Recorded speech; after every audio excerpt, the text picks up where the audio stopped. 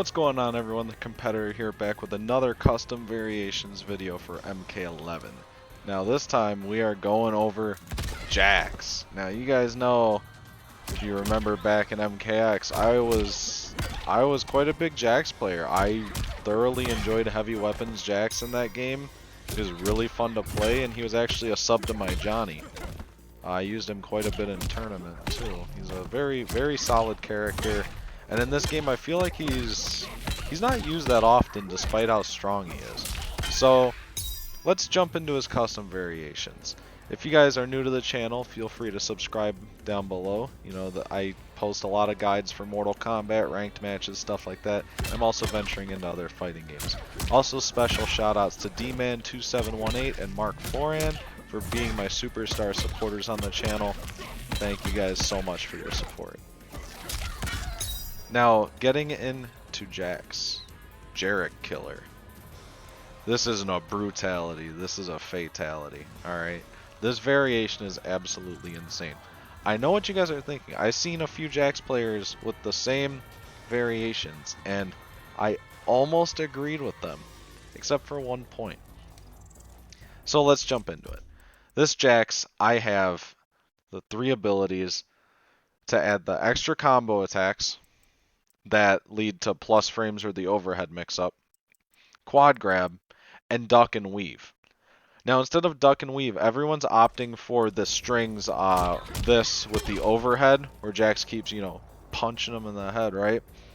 And while that's really good for the crushing blow, you only get that crushing blow once. So you only get to use that 30%er once. Whereas here, with duck and weave, you know, instead of doing your one-time crushing blow and only doing about 16 to 18% damage off of a punish, every time for a bar, you're building heat and you're doing almost 28% for a bar. Now, this helps Jax a lot because I feel like one of his biggest weaknesses outside of getting outzoned has got to be his damage output when it comes to punishes. Now, obviously, you know, he can punish wake-ups with back 2 crushing blow, and it's really strong. But I'm talking, like, in general, you know, whiff punishes and stuff. You're only eating 16%, and yeah, he gets oaky and somewhat heated arms. But, like, in this situation,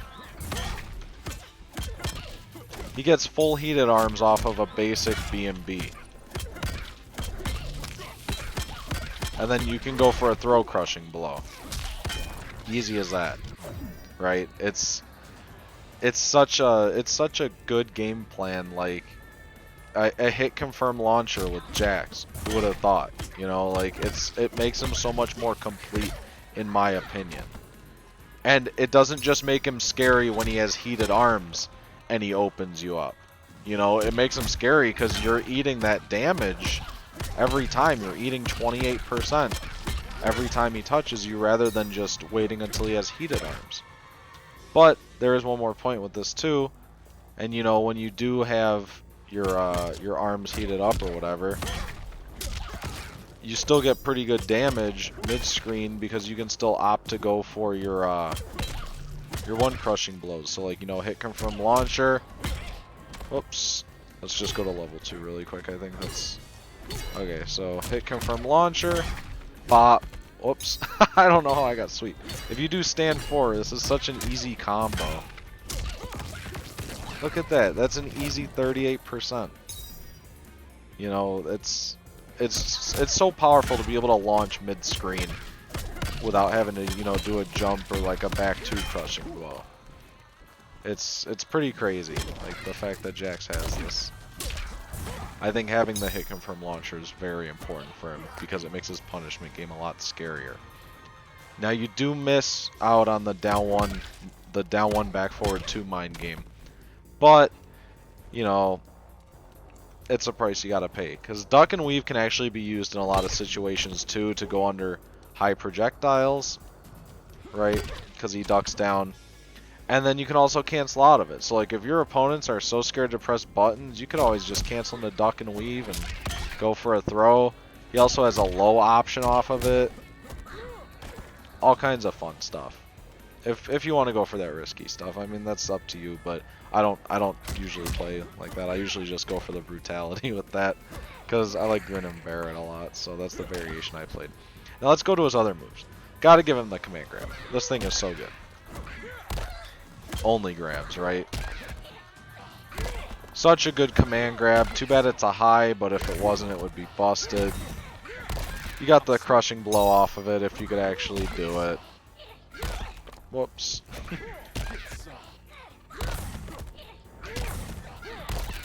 Ah, okay.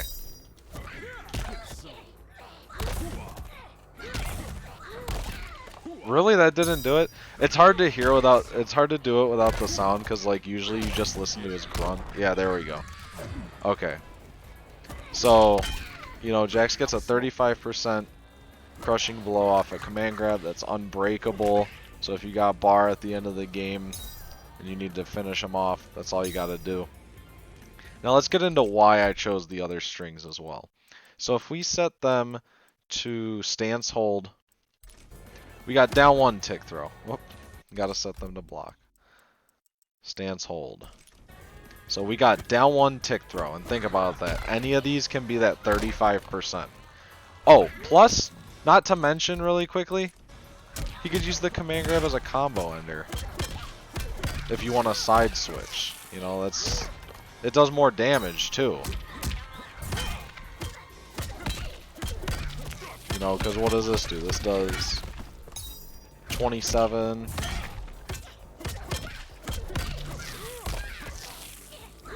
Yeah, that's even more damage with Oki, so there you go. Good combo ender. But let's look at this really quick. He's nasty. So down one tick throw. Boom, that could be 35%. Okay.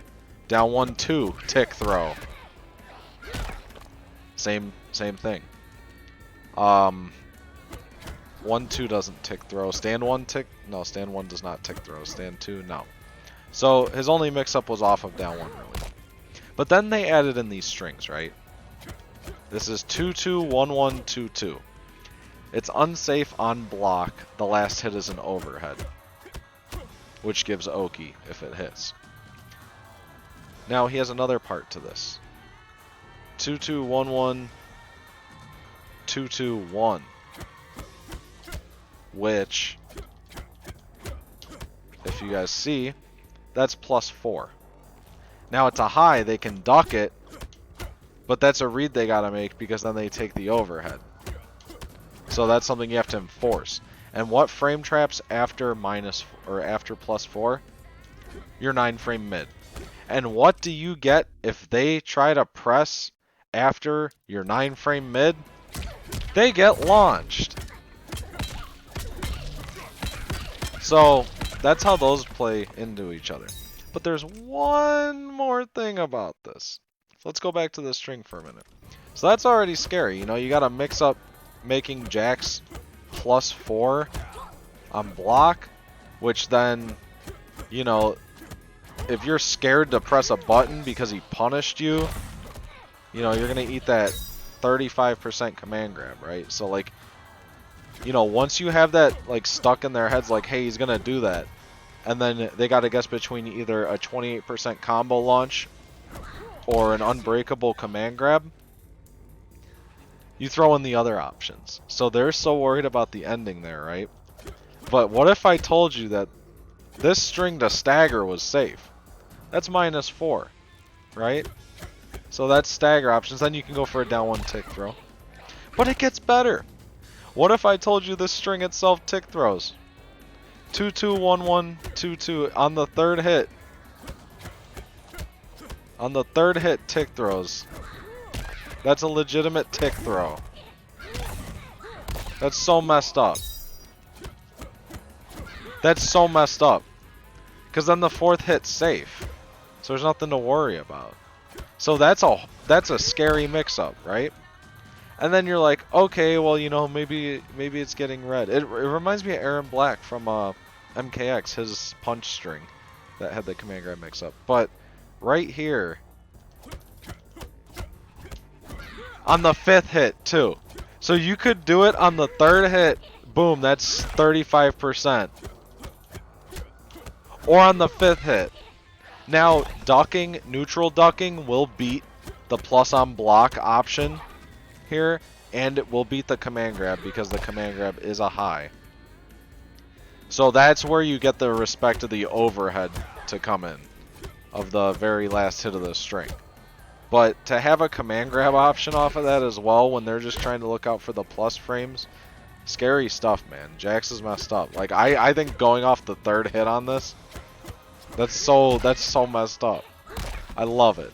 So you got Jax with crazy command grab mix-ups and plus frames, along with a hit confirmable launcher and a 35% unclashable, unbreakable command grab.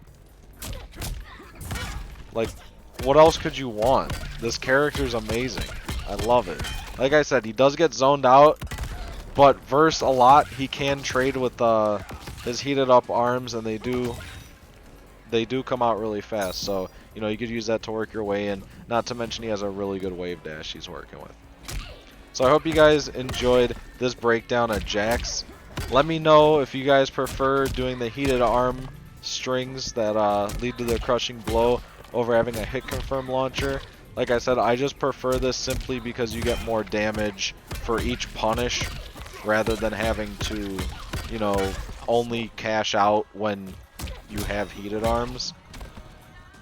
I just think it's very important to be able to establish, like, hey, I can hurt you really bad wherever you're at on the screen.